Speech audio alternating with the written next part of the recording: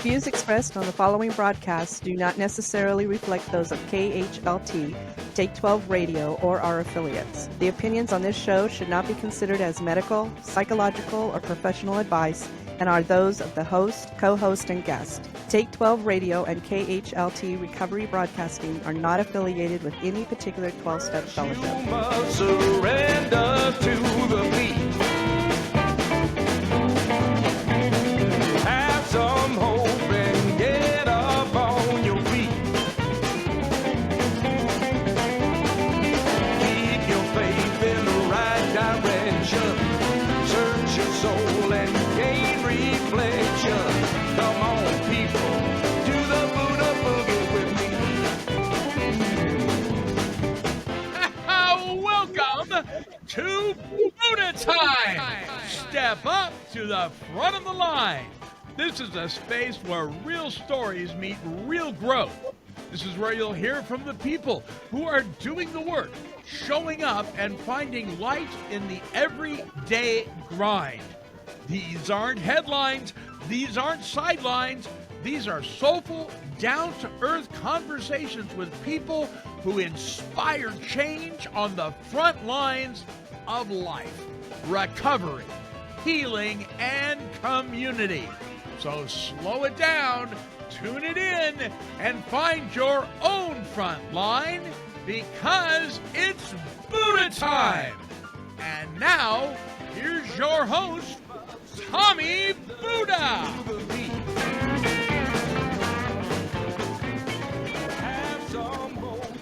Tommy. Hey, how are you? Good to see you. It's good to see you. It's good to see you. My voice, sorry, listeners, you're going to hear Tommy and our guest way more than me for obvious reasons. I don't know what happened. My voice just ran away one day, Tommy. You sound like the Godfather. Yes. You should put some stuff in your cheeks.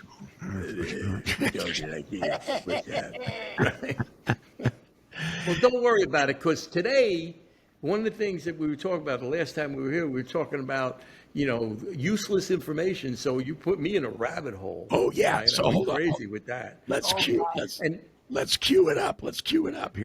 We got to bring you in. So here we go. It's time for some useless and mindless info.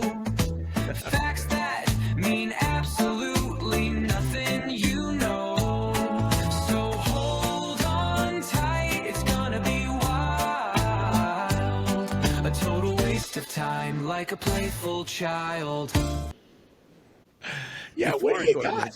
What do you got there? Information, one of my favorite subjects. Yeah, me too. I got tons of it. I am completely full with useless information. Listeners, full of, that's our guest, Raymond. We're going to be talking to him here in just a minute. But what do you got, Tommy, for us? Yeah, not for nothing today. Yeah. This is what I found out today. And it's actually a couple of things. But today is National Wiggle Your Toes Day. All right? So I got to tell you, I got my shoes off. It's an ugly sight for me, and you don't have to see it, but this is the day that you wiggle your toes, no matter what they look like, and nobody can really give you any crap about it, right? So get your shoes off and get ready to wiggle, right? Today is also National Root Beer Float Day. Oh, I love root beer floats. Oh, my God. Today's your day. You should go What a get better some. to have go barefoot in the grass with a big old root beer float by your side, right? This is not a bad idea, and today's the day for it. All right, also, on July 6th, we missed it. That was International Kissing Day. And did you know? Yeah, International Kissing Day. And did you know that one kiss requires 146 muscles? And only 34 are in your face. So you know what happens, All your other muscles are moving. Can't unsee that. Cannot unsee that. That's going to last forever. I got my exercise now. Nightmares. You got any fun facts for us? Yeah, I got useless information. I got a couple.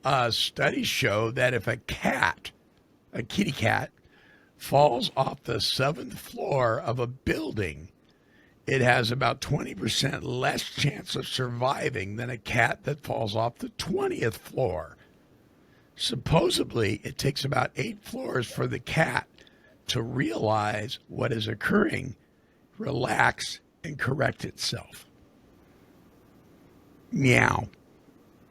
Chow, chow, chow. Yeah, now don't go out there. Don't take your cat upstairs and throw him out. Just the drop window. him to see what- Don't do that. Okay. Now, here's what I thought was really cool. Because of the rotation of the Earth, an object can be thrown farther if it's thrown west. So if you throw it west, it'll go farther. This is useless. I don't know if I believe. See, here's the thing, listeners. We have no guarantee that any of these statements are true. How about this? On the spring solstice, okay, on the 21st day of March, the first day of spring, okay, if you stand an egg up in your driveway, it'll stand up straight. Really? Why? Because that's the day where the Earth's axis is up and down. It's Oh. up and down. That's something useless. Also, here's another useless information. Remember Robin Hood when he killed the king's deer? That's why we went to arrest him. Okay, right. Because the king owned all the deer in Great Britain. So what did the queen own? All the swans. She owned all the dough. Useless information for you. I'll give you one last one. In the marriage ceremony of the ancient Inca Indians of Peru, the couple was considered officially wed when they took off their sandals and handed them to each other. Think about that the next time you take off your shoes when you enter your friend's house. Okay. What about this? You know the rule of thumb? Okay. In 17th century England, you could beat your wife with a stick as long as it wasn't thicker than your thumb. That's the rule of thumb. Wow. Oh my God. And the I last, got one more for you too. Here's The largest. here's the last one. Okay. Why can't your hand be 12 inches? Because that'd be And what? a foot.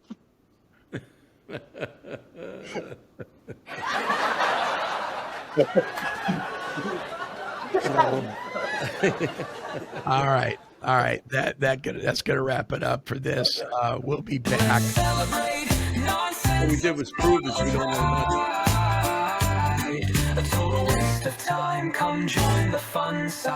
We'll be right back right after this. Check this out. Here's a question for you. Have you ever felt stagnant in your recovery? Kind of like you were stuck in your recovery. Well, I've been there, and I'm sure you have too at times. Hey, it's the Monty Man from Take 12 Recovery Radio, and here's a quote from one of my favorite authors. Without self-acceptance, there can be no change, no honesty, no physical sobriety, and no emotional sobriety.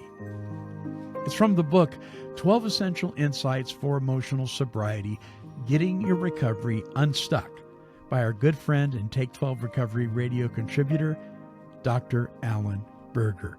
I want to get a copy of this book in your hand. Everyone in the recovery community, and probably many that are not, would benefit from this amazing book. You want to enhance your recovery? You want to move further on in the progression of being a better version of your authentic self? You need to get this book. Dr. Alan Berger's book, 12 Essential Insights for Emotional Sobriety, Getting Your Recovery Unstuck, is available by visiting his website at abphd.com. This book is also available on Amazon. You and I know the 12 steps. Now, know the 12 essential insights for emotional sobriety.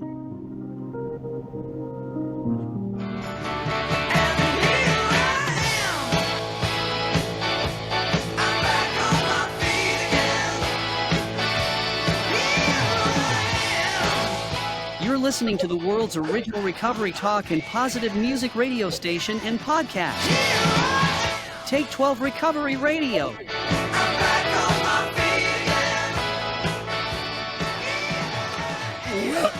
Welcome back, my friends. You have tuned in to Take 12 Recovery Radio's Buddha Time with Tommy Buddha. Tommy, who do we have on the show this week, my friend?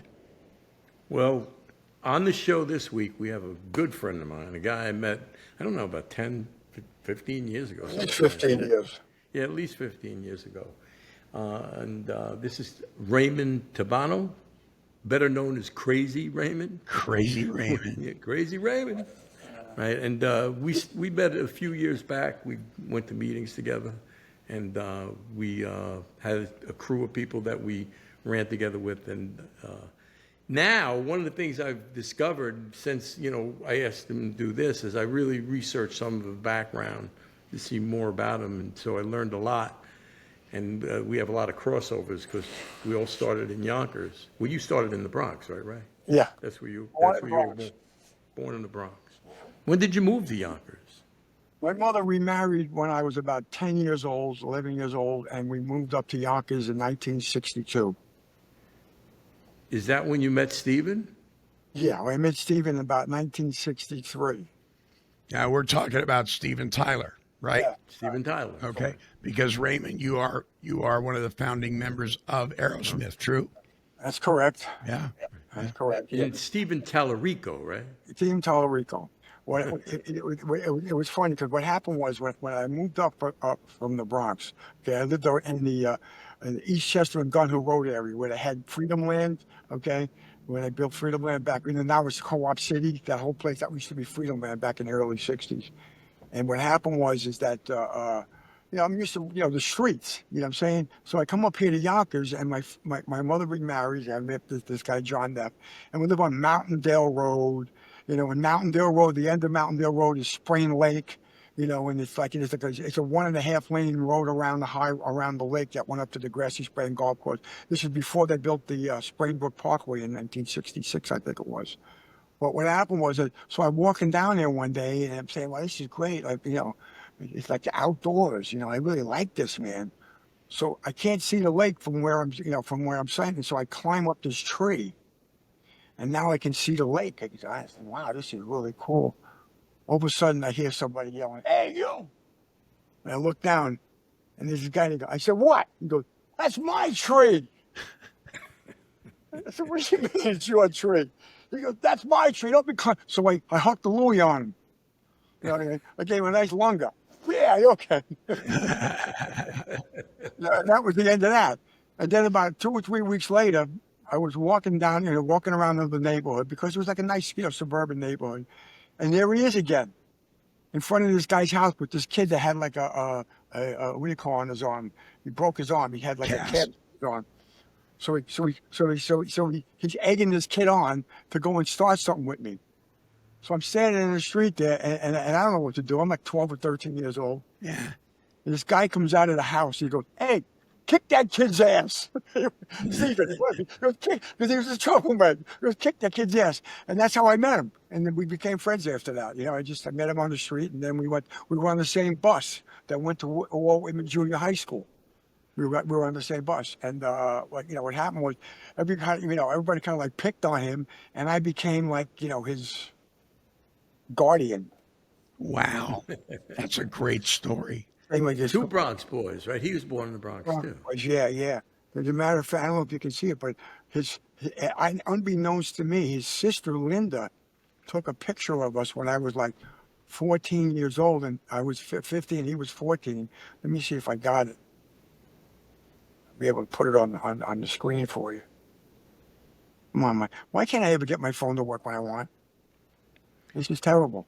It says it's working. You're just not working. I don't know what's going on with this. I got the picture here on my phone.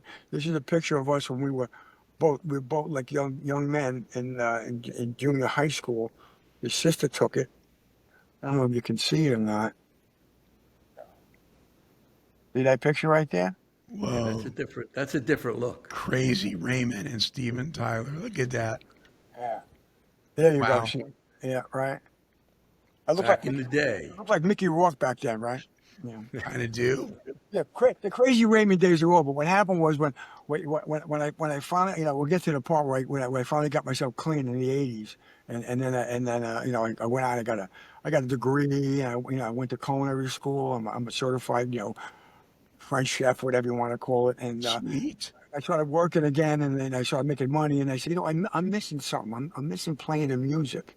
I was missing playing the music, so I started a band. And what happened was, we were trying to think of names for the band. And I remember one time, Stephen was at my house. And what we used to do was we would tell our parents that we were going to be caddies up at the golf course. Because on Saturday night, they would have bowling events up at Central Bowl on Central Avenue. So we would tell them, well, when you wake up in the morning, we're not going to be here because we're going to be at the golf course, carrying bags for $5, So we would sneak out about 11 o'clock when they fell asleep. Steve would sleep over my house, and we would go up to the bowling alley. And we had friends that Peter DeLember was a really great bowler in junior high school, and we would bet like $1 and $2, And then about 3 o'clock in the morning, we'd go over to the golf course, and we would take a little nap or something and wait for the donut truck to come. And when the donut truck come, we would steal some donuts, and then we would do a loop with the thing. So one night we were at my house. And I said, okay, Steven, it's time to go. So we go climb out the window, my back window of my house to go to the golf course. All of a sudden, my mother sticks her head out the window. She goes, are you crazy, Raymond? And it stuck. So Steven picked up on that? So what happened was, when we were thinking of names for band, that came into my mind. I said, that's a great name for a band. Crazy Raymond. But we needed a name for the band. So I was watching this movie one time with Joe Pesci, called Joe Hollywood. And in the movie, Joe was like he was like a vigilante for good people. He did good things. And he was always getting himself into a scrape, and he was almost like getting, hurt all the time. So one of his partners said, Joe, why do you do this, man? He goes, somebody's got to be the watchdogs. I said, that's it. Crazy Raymond and the Watchdogs. Oh, I like it. That was the first band. It was the first band to do Crazy Raymond and the Watchdogs. And it worked for a while. And I put all this money into it, but nothing happened. Okay, so I decided we were going to go a different way, and I got different guys to play in the band. Joe Cos was playing in the band at the time, and Rick Algelari was playing in the band at the time. So I came up with a new band. It was called Crazy Raymond and the Plan B Band. So we went from the Watchdog to Plan B, but that didn't work either. So finally, after I gave up for a while, and I went back into my started a catering business, and I did that for like 20-something years, and I was pretty successful with it. I decided I wanted to start playing again. And now that I'm deep into recovery, and I got the steps in my life, I decided to name the band the Third Step Band. So it went from Crazy Raymond and the Watchdogs to Plan B to Ray Tabano and the Third Step. And that's what we got now. We got the Third Step Band. That's what we call ourselves the Third Step. Now, Tommy, I know you have many questions for our guest today, but I want to ask Raymond, how did Aerosmith get the name Aerosmith? What's behind that? Okay, that's an interesting story too. What happened was, when I was in high school, okay, I was a hippie.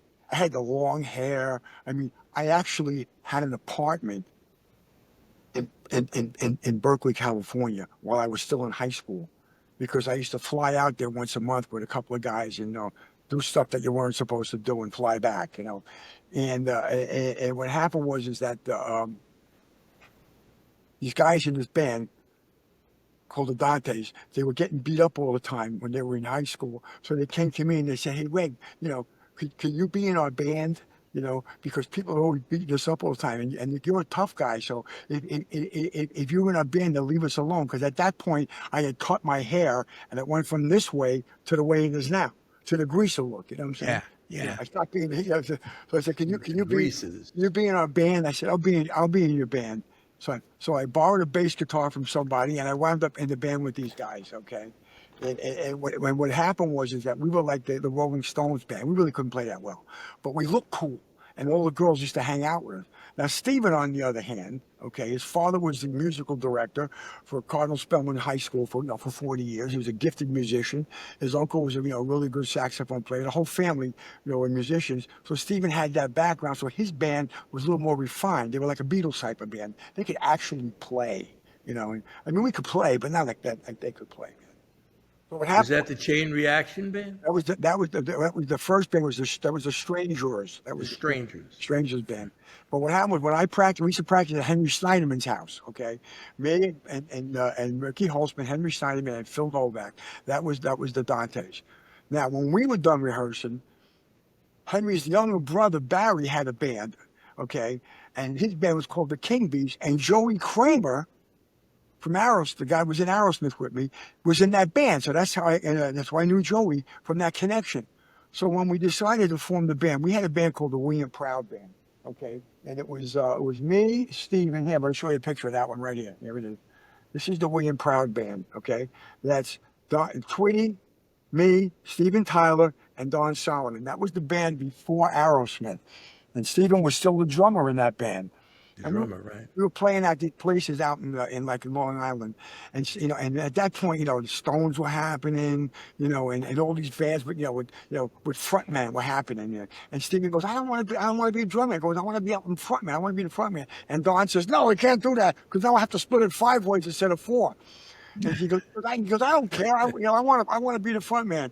So we were playing at this club. So Steven says to me, he goes, listen, Ray, I can't do this anymore. He goes, I met this guy, Joe Perry, up in New Hampshire. He goes, and he's really great, man. I mean, I want to start a band with him. And I said, well, look, you know what, man? I had been living up in Stockbridge for a while, and we were making leather goods, and selling them down in White Plains. We weren't making any money. So I talked to my girlfriend, who was my ex-wife now. Let's move to Boston, and we'll start a shop in Boston. So we were in the middle of doing that. So I said, Stephen, listen, I'm going to be moving to Boston. Why don't you call this guy Joe up, and we'll all meet in Boston, and we'll start the band there. So we go, that's a good idea. So he left that club that night and hitchhiked from Long Island to New Hampshire. Okay.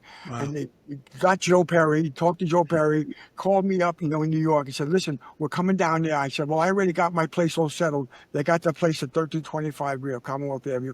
And he came down with Tom, because Tom Hamilton was the bass player in Joe Perry's band up in New Hampshire.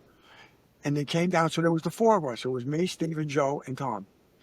So Stephen was playing the drums at the time, and it turned out that Joe's mother was an educator out in the Hopkinton, Mass, and she knew somebody at BU College who let us use one of their rooms to rehearse in. So Stephen goes, well, we got to get a drummer. We got to find a drummer. So I'm in my shop one day, and Joey Kramer comes walking into my store. I said, hey, I know you. I said, weren't you in Barry Schneiderman's band back in Yonkers? He goes, yeah. I said, well, what are you doing here? He goes, well, I'm going to Berkeley School of Music now. He goes, and I heard that you guys were starting a band up here. I said, we are. He goes, well, can you get me an audition? I said, yeah, I guess so. I mean, we're rehearsing tomorrow night up at BU. Why don't you just come up tomorrow night? So we came up, and he was wearing a Captain America Shield T-shirt. And he did the drums, and he was okay. And he was the only one that auditioned. So guess what? You got the job. He won. You got the job. He came to, so the next rehearsal, he showed up and he had these scribblings. He goes, yeah, I was thinking of all these names for bands. He goes, and this, I was thinking of this name, Aerosmith. It's a really cool name. And he came up with the name before we even had a band. He was scribbling all these different names for bands. And I said, you mean like Aerosmith, like the Upton Sinclair book? No, we don't spell it A-R-R-O-W. We spell it A-E-R-O, like out of space arrow. I said, all right, told Stephen, and Stephen and Joe, nobody had any better ideas at the time. We were going to call it the Boone's Farm Band at one point, because everybody just Boone's Farm apple wine all day long and smoke pot. Electric wine. Drinking the electric wine. Boone's Farm Band. So that's how the name came. Wow. Came out of that. Wow. I have a person that I know who is the lead man for a group called Skillet, and everybody asked him, so what is that about? He goes, it's just about A skillet. That's it. Nothing behind Picked the it. skillet up and said, "Oh, skillet." Yeah, it's a skillet. Yeah, no, whatever. And it's funny because the first, what do you call the first, incarnation of the Aerosmith, name, it was on the side of the truck, and the van that we found that we put on the what do you call American Pickers, and that was the guy that was the roadie back then. This guy Mark Lehman, he was the roadie back then. He had a bread truck. Here it is right here. Okay, I'm gonna show you a picture of that right there. Hold on. See that truck right there? Oh yeah. That was our roadie. Okay, that's the truck. We found that truck up in the woods. Okay, it's 35 years later, an American Picker Show. But that was the original logo that we had. And then I left the band, and we had a dispute about something. They said that I didn't play good enough. And I didn't really give a shit at the point. I had my leather shop. I was making money on the side, and blah blah blah blah Yeah. blah.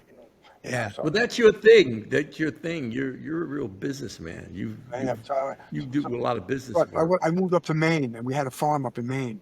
Me and two other guys. We grew string beans and pot.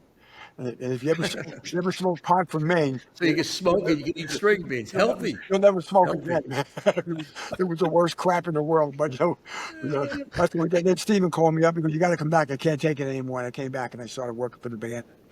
Yeah, well, that's the point I'm making. When you came back after you left the band, you actually worked with the band for like 9 years or so. Yeah. What happened 8 years or was, I something. played in the band for the first 16 months. Then I left, and about a year and a half later, I spent 2 winters in Maine, and that was enough for me. Yeah, if you ever lived up in Maine, man, where I lived we lived up on top of this hill, and halfway up the hill, the road ended because it was paved up to this chicken farm, and from the chicken farm up to our house was a dirt road that they didn't plow, so we had snowmobiles.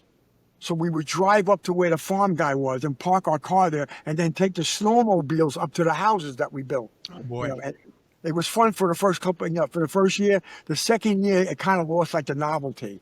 Yeah. I wanted to get back to civilization again. String beans, chicken, and pot. So it just That sounds like a song or an album. I moved back to Boston. I started working for the band again, and my first job was I traveled with them, and then I sort It's of gourmet Ray time, right? Yeah, I was like I was just hanging out with them, and then their equipment got stolen. I said, why don't we build a little studio? We'll build a warehouse, blah blah blah. And we were like crazy high at the time. It was it's nuts what was going on back then. I flew down to New York. I met the manager. I said, listen, give me $40,000. This is like 1973, 74. So give me $40,000 and we're going to build a studio for the band. They said, okay. They gave me $40,000 and I built a studio for the band, and we started doing stuff. And we did a show one time out in Westwood Speedway out in Massachusetts. And they had done their second album, the Get Your Wings album. And I said, what the hell is this? This is like a disgusting logo. Let me make this better for you. Right, the logo. So I kind of took the Harley Davidson wings and some ideas I had about making things, with the A inside and did all this stuff. And I went out and I printed 100 T-shirts for the show, and I paid for them, and we sold all the shirts that day. And so when the band came on stage, there was 100 people out there wearing the T-shirts. And they really dug it. I said, this is really great. I said, let's start a merchandise business, And because Joey Kramer's father was in what they called the novelty business at the time. I said, Joey, why don't you have your father, we'll make little pins and hats. And he goes, nah, that merchandise, that's not going to go anywhere. But so I talked to bands to let me do it, and I built the warehouse. We started the merchandise business. We changed the logos, and we were making money, and stuff was happening. So about 1970 something, they were getting ready to do their third album. It was the the Draw the Line album, and Al Hirschfeld, who was an artist in New York City, who used to do the covers for back when we had the TV guides. Remember TV guides? Oh yeah, you bet. The line drawings. He was going to do the album cover, for the band. So I went down and I'm telling you something. We were out there, man. I mean, we were out there. a 24/7, 366 a year party going on all the time. Wow. I don't know how I did some of this stuff. Looking back, I don't know how I did some of it. I flew down to New York and I met with two of the big wigs that run Columbia Records, CBS Columbia Records. And I talked them into putting a flyer inside the album. The album went out. Next month, I had 60,000 people on my mailing list. Wow. And we started selling shit online, through the mail. Yeah. There was no, but through the mail, we started making a ton of money. And as soon as we started making money, the management company just gave me free reign. I brought an artist friend up who passed away, my friend Seth Goldman, God rest his soul. He was one of my buddies. When I got married the first time, he was my best man at my wedding, Seth Goldman. He's gone now, but he came up and it was cut and paste then when we did artwork. It wasn't like the computer shit. Yeah, cut everything and paste it. He did all our newsletters and all our print ads and all my flyers. He did everything for us, and we started making money. And then we got to the point where we were doing stuff locally. It wasn't working anymore. We had to hire a company. I flew down to Atlanta and I met these people at the T-shirtery, and we started doing big numbers. What I'm saying? We started touring. By the fourth album, we started touring and we were making money. We were making money left and right. And I met with these guys and I started doing drop shipments where we would do a 10-city tour or a 12-city tour, and they would drop stuff off at each airport. And I don't know how I did this stuff. I'm telling you, we coordinated. I can't to this day. It worked. We would, there would be a car waiting for me in every city, or a little van or something, and we drive out to the airport and pick up the drop shipment, bring it to the facility that we were doing, and we were doing. And then it got so big that we had this lighting company and this sound company. Okay, they had a tractor trailer, and it was in the front of the tractor trailer was like a cab over thing that we rented from them. And we built a wall there, and we would put all this stuff in there. It was all our merchandise stuff. And in each city, the driver, would be responsible for giving this stuff to the people in the hall, at the facility, like a Cobo Hall or or a Madison Square Garden, wherever we played. The driver would take the stuff out and give it to them, and because I was doing it at first, but it got so big that I couldn't go to all the shows anymore, because at that point we had Ted Nugent and Beatlemania also. I was doing all three guys at the same time. It was impossible for me to be in. How can you be in two places at once where you know we're in the first place at all, right? So you were working with Ted Nugent as well? Yeah, I was running Ted Nugent's tour also. I didn't know that. Oh yeah, I did it. And Beatlemania also. Beatlemania. Yeah, doing all three of them at the same time. I remember years ago I went to a show in Madison Square Garden where Ted played with Aerosmith. So we made a ton of money. We were just making money left and right. He's a lunatic too, huh? Yeah, but he's clean and sober. He never drank. Yeah. Never did drugs. As a matter of fact, in his dressing room, his contract writer, he had to have Verner's ginger ale in his dressing room, no matter where he was. And that drink is like an indigenous soda to Flint, Michigan, Detroit. That's where they make it. They make it, and he had it in every single. That was his thing. I gotta have Verner's ginger ale in my backstage, man. He was a good guy. He made a lot of money. Wow. I think Motor City Madman. I think the last time that I actually saw Aerosmith, it was in the late 70s. It was at the Cow Palace in San Francisco. And during the concert, they had to stop the concert because Steven had lost his voice. It was like, and he was fighting a sickness or something. Well, and I never saw so many ticked off people all my life. And I'm like, people were throwing stuff and bottles were going by. Monty, what year was that? Remember what year it was? I don't remember what year. It was in the late 70s, though. Yeah, I'm surprised you remember the 70s. It's tough remembering stuff in the late 70s, man. Because we had a guy one time we were doing a show one time. We were doing it at the Michigan Palace, which is no longer around. It was a theater where we were still doing like 1,500, 2,000 seat theaters. Yeah. And David Bowie opened up for us. Wow. Okay. Wow. Another one of my favorites. That's a trip. He opened up for us, and what happened is that some guy showed up. We were having a party afterwards in South River. Okay, so some guy shows up backstage. His name is Brimstone. That was his name, Brimstone. The guy, one of the guys that said, "Listen, this guy wants to meet you." I said, "I don't want to meet him." He goes, "You want to meet this guy? You know, he's got what you want." I said, "Okay." He comes backstage. I talk to him. He goes. "I want to come to the party. I want to meet the band." I said, "Well, here's what you got to do. You got to give me a bag of this and a bag of that, you know. And then when you come in the room, you got to put another bag on the table. Otherwise, don't bother showing up." He goes, "Okay." Wow. So he comes to the party, gives me the bags, gives them, goes in the back. I said, "This is Brimstone. He has a present for us." He puts it out on the thing, and the next thing we know, he's on tour with us. Of course, supplies. It's supplies. It turns out that he worked for Fleetwood Mac doing the same thing. Wow. Where they were like financing him, you know. Where did I miss the boat? I was selling on the corner. So they could get it for Where did I miss the It boat? was crazy what was happening. It was just crazy, some of the stuff that went on, man. I mean, I'm telling you something. I look back at my life now and I say, you know what? First of all, thank God I'm alive. Yes. Because so many times, you know, I could have been dead, you know, from various things, okay? But I had the good fortune to be involved with people at that level. And I had so many great adventures and so many great stories. You know what I'm saying? My life has been like, you know, I've never been really successful musically and got to that point. For some reason, the universe has kept me here for a reason.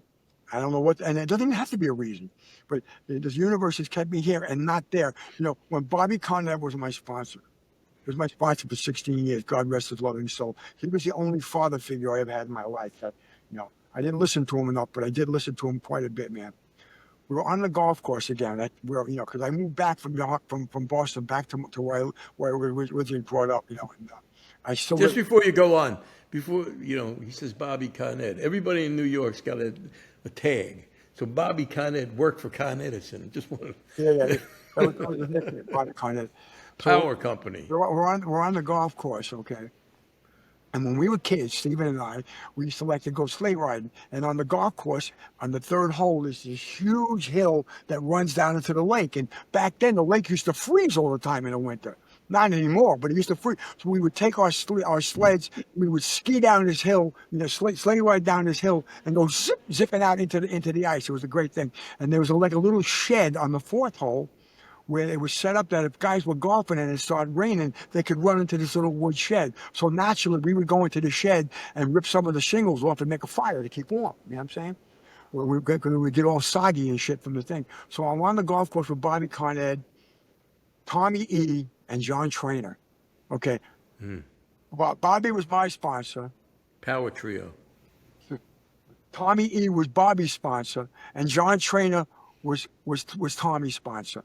So we had like Grand Poobah. 4 generations. Me, my sponsor, my grand sponsor, my great-great-grand sponsor. Okay, so we were on a golf course. So we're talking about, you know, and I tell him, I tell him the story about the thing up there, you know, where we used to go and hide when we were getting wet and stuff. And I started crying in my soup about they're famous and I'm not. He looked at the guy and said, "You'd be the dead Aerosmith." Wow. That's what he said to me. He goes, "You'd be the dead one." You know, and it hit me like a bolt of lightning, man. And I said, you know what? He's right. Because I almost died a couple of times with Steven. And if I had been really successful, I was one of those crazy people that would have did something like that. You know, I would have wound up being dead. You know, so I took that to heart, man. You know, so every time I start crying in my soup about why didn't I make it, why ain't I successful, why ain't I rich, why ain't I world famous, I think about what Bobby said to me. You know, and it brings me back down to reality again, man. That I got the third step of my life. I firmly believe that everything happened the way it was supposed to. That if I got a time machine and went back in time, I would fuck it up anyway. Right. That's who I am, man. Yeah. I always wondered too with like the stuff like that, like, you know, rock stars that went through those periods like you're talking about.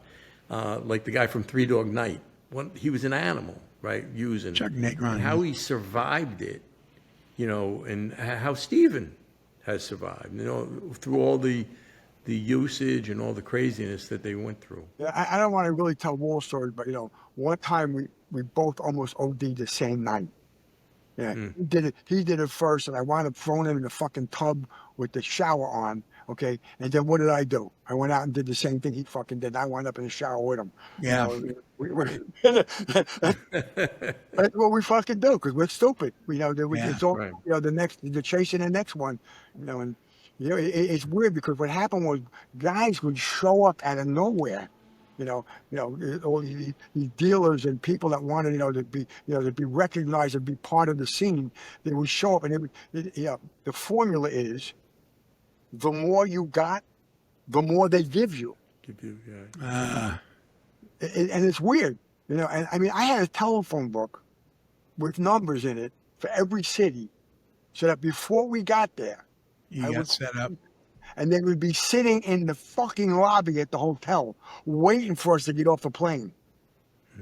It was like it was that crazy. It was that crazy. You know what I'm saying? It was that crazy. It was like too easy. You know what I'm saying? Yeah. Right. It was like too easy. I wound up in some really bad situations. I wound up, I mean, we did this thing one time. It was the California World Jam Tour, 2. Okay, and I was out in up north of Berkeley, up at this facility, and we had rooms at the Beverly Hills Hotel, and then we had rooms in the local area, and then we had rooms right up where the site was, and we had a helicopter, and there was all this shit going on all the time, and there were guys knocking on our doors, and some guy came over to me. I met him in Texas at the what do you call it? I met him at the Dallas Stadium, the old Dallas Stadium, the Cotton Bowl. He came back there wearing an Aerosmith jacket, and I had security bring him to my trailer. I said, where'd you get that jacket from? He goes, oh, I make them. This is for you. And we started doing business with him, and he introduced me to some people. Okay, and one of the persons was out in California who brought me to his house and opened up like a gunny sack, okay, that was full of, coke, and he gave me a bag, and I brought it back to the band, and Kelly wound up getting fired that day because we couldn't find him. There was like crazy stuff going on, and it's amazing that a lot of guys.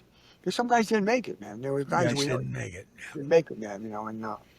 But we did for some reason. I don't know why, but we you did. You did, and so did several others, actually.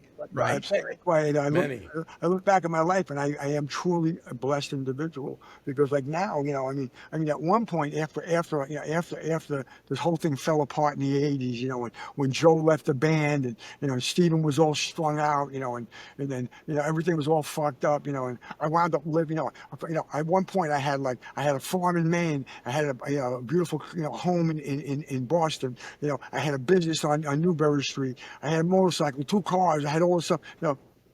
After that all disappeared, okay, I wound up living in a car that my cousin had gotten killed in. Oh wow. Okay, I was living in his car, and it was like crazy what was going on. It went from it was just crazy what was going on. So what was your bottom? My bottom was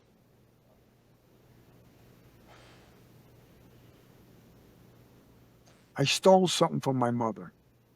I was living at home. I lost everything in Boston. My wife divorced me. Okay, I came crawling back to my mother.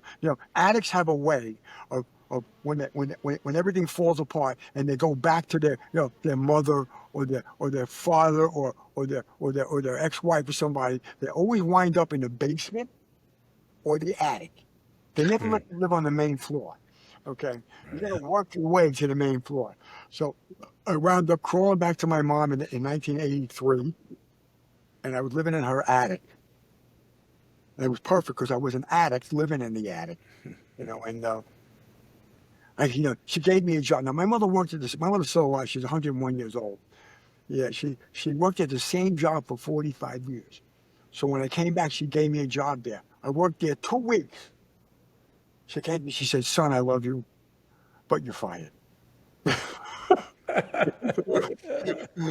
I got there, the first thing I did was start stealing stuff and not showing up and being late and leaving early.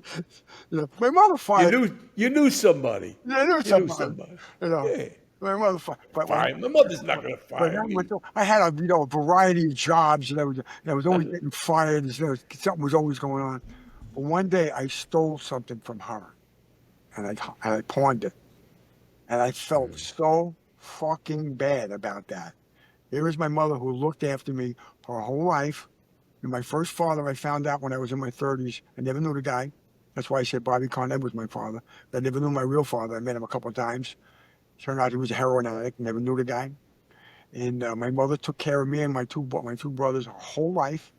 Even though we had a stepfather, she was only with him for like about 4 or 5 years. He died of liver cancer. He was a heavy drinker. J&B. He was a J&B guy. And my mother took care of me her whole life. And when I came crawling back, she took care of me then too, And here I am, I'm stealing from her. That was what did it. That was what drove me into saying, maybe I need to do something about this. And someone told me about this place called Daytop. Okay. Wow. You went to Daytop? So I called them up, and they said, okay, call us back in 3 weeks and blah, blah, blah. And I called them back, and I said, blah, blah, blah. And they said, well, call us back. And they made me call them back 3, 4 times because they wanted to see if I really wanted to get into this recovery process. Okay, and I started in April, and on August 6th, they called me and said, okay, come in tomorrow. I said, tomorrow? They said, yeah, come in tomorrow. So what did I do? I went out that night and I got super freaking drunk, wound up getting my car fucking towed, and blah, blah, blah, blah, blah. And I went down to this place in Far Rockaway and I signed myself up for this program, okay? And because I was an addict, they said back then I was disabled, so I was eligible for welfare. But I had to stay down there in Far Rockaway for a month before to see if you could make it. 3 days in, I decided that I couldn't take it anymore. I wanted to leave. And I was about to walk out the door. I had my finger on the freaking elevator button, and the guy tapped me on the shoulder. This guy was a counselor. He said, Ray, why don't you stay one more day? It's like August 9th of 1987. Okay. I left that program on October 3rd of 1990. I was there for 3 years and 3 months and 2 days, but who's counting? Okay. Wow. I wound up going up to Swan Lake, and I was up there for a couple of weeks, about maybe a couple of months, and all of a sudden it hit me what I had done to myself, and I was like in tears for like a month, And then they said, well, we're opening up a new facility over in Rhinebeck, and we're looking for some volunteers. You know what the hell, you never raise your hand? Well, I raised my hand, and I wound up over in Rhinebeck at this place, and I stayed there for like 3 years. But while I was there, it was on the first year I was there, it was my birthday's December 23rd. And what had happened was that I had to go down, they needed an operation. I had a hernia. My nose was completely fucked up from years of cocaine abuse. And I had to go down and have an operation. So during the day, they would take, people that had legal problems, or if you had a doctor's appointment or something had to be done, your family down in New York, they would have drivers that would drive down who still had their driver's license. I lost mine. And they would drive us down to New York for the day. Then we would come back to Rhinebeck. Okay. And then every night when we came back, we'd have to wash the vans off, And we were up in Rhinebeck in the winter, and it's freezing cold up there. So every morning, all the water from the vans would freeze the parking lot. So somebody had to go out there and chip the ice. And since I was always in trouble, I wound up out there all the time chipping the fucking ice. Crazy Raymond. On December 23rd, 1987, and it's my birthday. Okay, and I'm 40 years old. I'm 41 years old. Whatever it was, let me do the math. And I'm out there chipping ice at 6 o'clock in the morning, and I'm watching them get breakfast ready through the window down. I look up the sky. I said, "What the fuck did I do to myself?" That was my moment of clarity. I said, this is fucking. I said, I got to do whatever they tell me to do. I'm just gonna do Spiritual awakening. I'm just gonna do whatever they fucking tell me to do. So I wound up, getting involved in the program. I started working in the kitchen. I really loved it. I asked them if I could go to school when I got out of there. I went for a grant for a VESID, it was called back then. I remember that. I went for a grant. I got a $14,000 grant. I got accepted into the French Culinary Institute down in Manhattan on Grand Street. And when I went into Phase C, where I moved back to Rockaway again, and I was allowed to work, okay, I was in the school. I would take the train from Far Rockaway at 5:30 in the morning, the first train I would take, up to Manhattan. There were 2 trains. I'd get there about 6:30, and school started at 7, so I was there a few minutes early. I'd get all my supplies. I was there for 6 months. I trained under Jacques Pepin, and a lot of guys were there. Now it's a famous school now. Bobby Flay went to school there, and I worked at the school, at 3 nights a week, and I wound up getting my credit back, and I got some, I had some money in my pocket, and then I graduated from the school I graduated from daytime. The problem was, back then, how we say alcohol is a drug? They didn't say that back then. No, they 1990 didn't. They gave you drinking privileges. In 1990, they gave me drinking privileges. Drinking privileges. Yeah. Back in the day. So we're telling a drug addict who's been clean for like 3.5 years now, has gone to 3 meetings a day, for 3.5 years. Okay, so do the math. That's like 10,000 meetings. But they tell me I can drink. So what am I gonna do? I meet a woman. We go to the islands. I start drinking. I come back home again. And after a while, what happened was, I felt like a new man when I drank. But the problem is, the new man wanted to drink. Yeah. And then when the new man had a drink, he wanted to get high. I wound up back in my room again with the fucking towel under the floor, the phone off the fucking hook, the shades down, and a needle on my arm. Same fucking thing again. Yeah. So I went. Somebody took me into AA. I went into AA because I didn't know about NA at the time. I went into AA and I got a sponsor named Joel. Joel was my first sponsor. He was a nice guy. He was an attorney, an alcoholic. Smoked a little pot. Wasn't a heavy hitter like I felt I was, man. So I when I got to go through the steps with him, and we had to do the 4th step with him, I said, I don't know if I'm going to tell this guy all the shit that I did. Okay. And they have these funny sayings in Alcoholics Anonymous. And one of them is, if you don't do a 4th, you'll pick up a 5th. Right. And I picked up a 5th and started drinking again. And guess what happened? Back in the room. Back in the room, yeah. With the towel on the floor. It's the same thing. Yeah. Except now, during my adventures, I found out this stuff in New York was called crack. Oh, that's interesting. It sounds like a fun thing. I was working in a construction company, right? I was working at this construction company out in the Greenpoint, Brooklyn. So I'm driving home in that car with my cousin's car. I'm still driving that El Camino with them, and I'm driving this guy home, and he goes, "Hey, can you pull over? I want to go to Woodlawn over here. Woodlawn is the last stop on the train in the Bronx." I said, "Okay." So he gets out of the car. I come back about 15 minutes later. I said, "What do you got?" He goes, "What do you mean?" I said, "You didn't get out here to go buy groceries." I said, "You got drugs. What do you got?" He goes, "I didn't get anything." I said, "Then you're walking home." He said, "Okay, let me show." So he shows me this little vial. I said, "What's that?" He goes, "It's crack." I said, "What's crack?" He said, "You coke that you smoke." I said, "Well, give me a hit." I took one. Then the bells rang. I took one hit. And I had been using coke for 20 years. I took one fucking hit. A month later, I had sold my cars to the Dominicans down at my mother's car. I forged her name on the title and sold the car down to these guys down on Washington Heights for 10 grams of coke and $100. Yeah. Yeah. Yep. Crazy. Right? And then I didn't want a vehicle. I didn't want to waste the money on a cab. So I took the train home, sweating like profusely. It was crazy. It was crazy what was going on. You know what I'm saying? It took me down in about 6 months. That crack took me down in 6 months. And how long are you clean now? 27 years, June. 27 years. 27 years. We're almost neck and neck. I'll be 28 years in. What happened? It didn't stop me.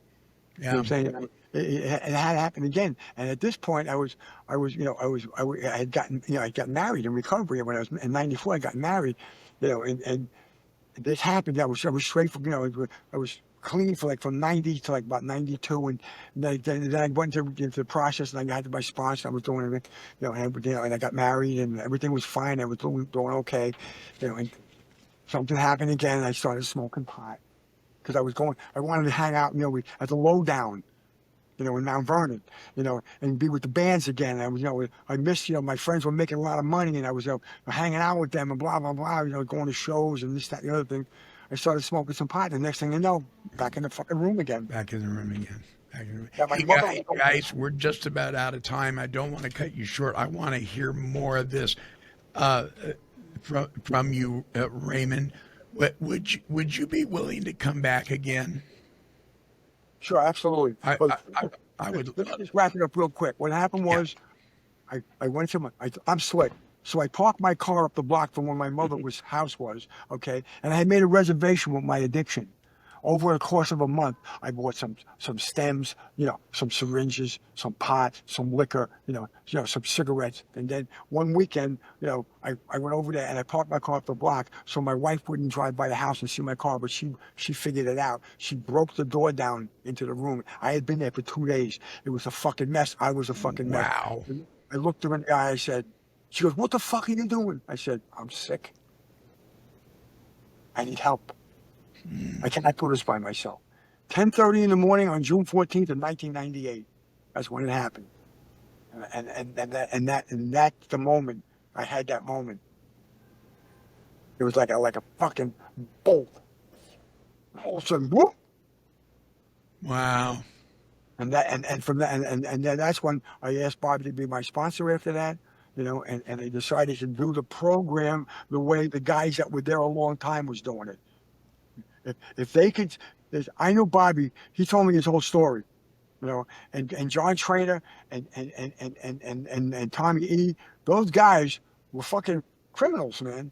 They were fucking drug addict criminals. Those guys changed their lives around and were responsible for helping hundreds of men and women get into the recovery process, and gave them an opportunity to stay there, through the steps and through doing service, and being feeling part of something, man. They're responsible for the life I have today. If it wasn't for them, I'd either be dead, in jail, or living on the fucking streets, stealing, who knows where I would have wound up, man. If it wasn't for these guys, man. For Bobby and Tommy E. and John, man. Legends. They are, man. They were legends in Trainer, New York. John Trainer was one of the original guys in 1983 that brought NA to New York City. He was. He's one of the guys that started NA in New York City, man. Okay. He helped thousands. Thank God for him. Yeah. And the thing is, I find whenever I start talking about anything, I find myself constantly quoting Bobby. Constantly. And what I do is, when I first got clean, I said, what am I supposed to do with myself? I spent my whole life finding ways and means to use, using and then pretending I'm not high. What am I supposed to do with myself? He told me, do the things that you should do before you get high. Have a clean routine, and I have one now that I do. Routine. A clean routine. I get up in the morning, I go outside. GOD, great outdoors, works for me. I say prayers, I ask for help, I give thanks. I come in, I do readings. I read from 3 things. I read from the Just to Today.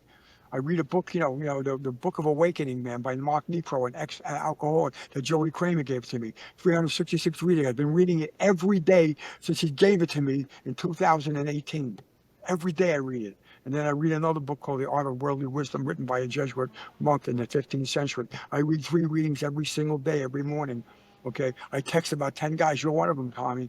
I text 10 guys every morning. I stay Thank you, brother. And I do service. I have an NA home group. I have an AA home group, and I'm the chairperson now at my NA meeting. I stay connected, man, because my formula is very simple. It worked yesterday. It'll work today. Wow, that is a good word. It worked yesterday. It'll work today. So whatever I did yesterday, I did it again today. And I'm telling you something, I'm going to do it again tomorrow. My I'll be name, looking for your text. my name's Raymond. I'm an addict, man. That's my story, and I'm sticking to it. You sure are. We've been talking to Raymond Tabano, one of the founding members of Aerosmith, a man who has been sharing his experience, strength, and hope, living out his hope now. The website, crazyraymond.net. I encourage you to go there. This has been, I was right with you when you were describing, like, sweating and going through all stuff and stealing from mama and, brother. We learn all the time, don't we, that our stories are so similar in so many ways. Unfortunately, not everybody makes it. You have, and now you're giving back to a program and to people who gave to you. Congratulations, and thank you so much for coming on. And we definitely need to have you back, right, Tommy?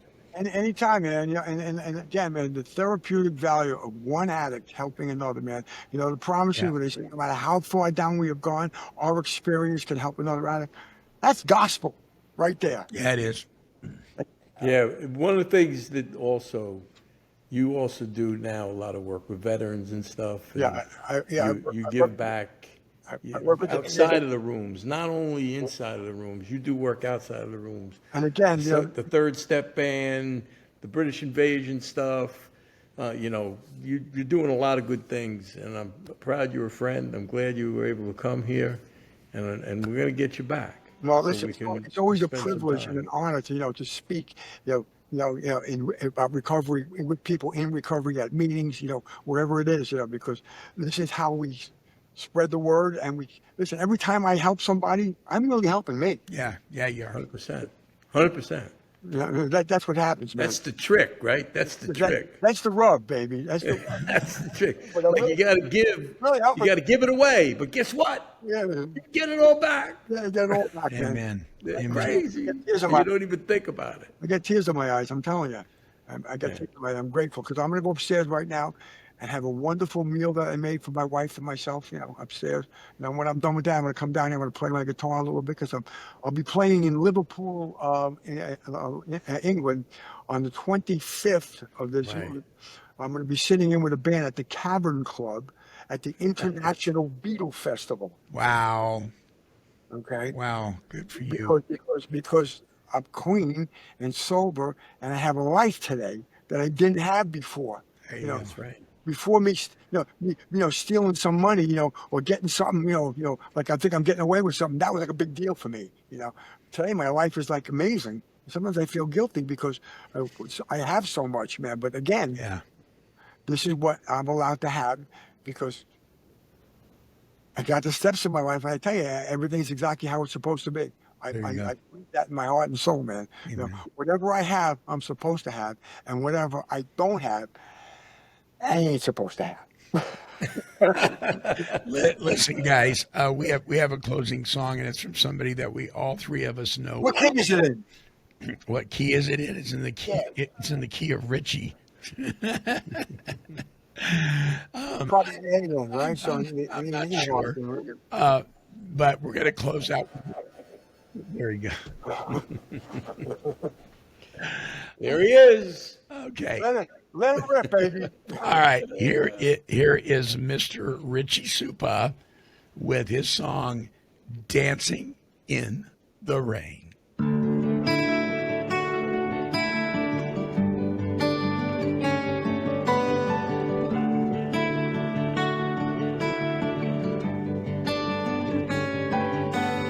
Sometimes life can knock you down, hit you like a diesel truck. And part of learning how to fall is getting right back up. Looking back, I made mistakes. I watched a lot of bridges burn. The road to wisdom leads us to making some wrong turns. And you learn to see by walking through the dark. And where we've been makes us who we are. Life's not waiting for the storm to pass or running from the pain. It's learning how to dance in the rain.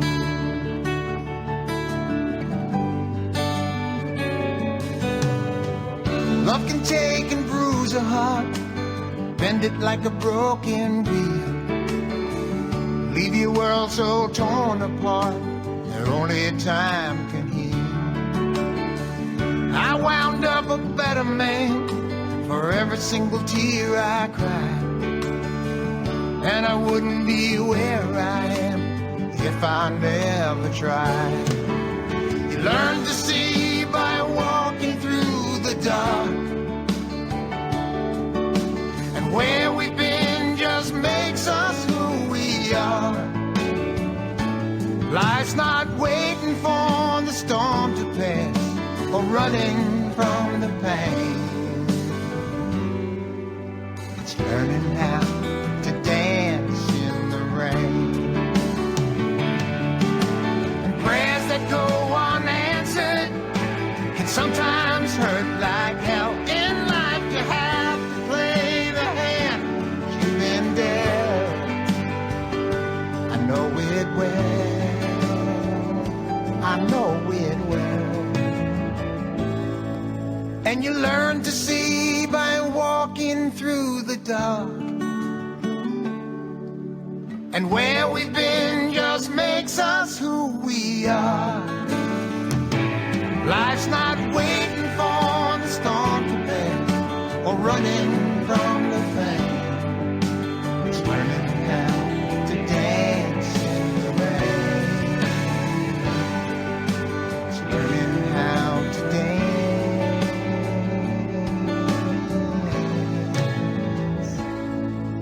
in the rain.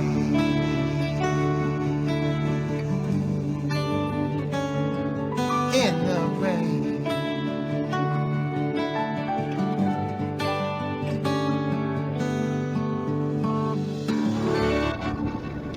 Thank you, everybody, for tuning in. Until our next broadcast, this is the Monty Man, along with Tommy Buddha and Raymond Tabano and the rest of the Take 12 Recovery Radio family. Remember, you know what time it is. Buddha time, baby. We're wishing God's perfect serenity for you.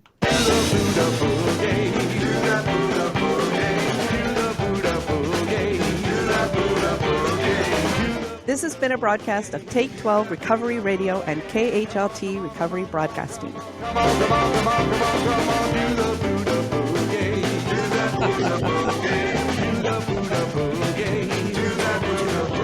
This has been a Chicken and a Pig production.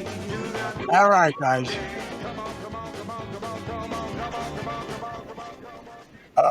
And we're out. And we're out. All right, guys.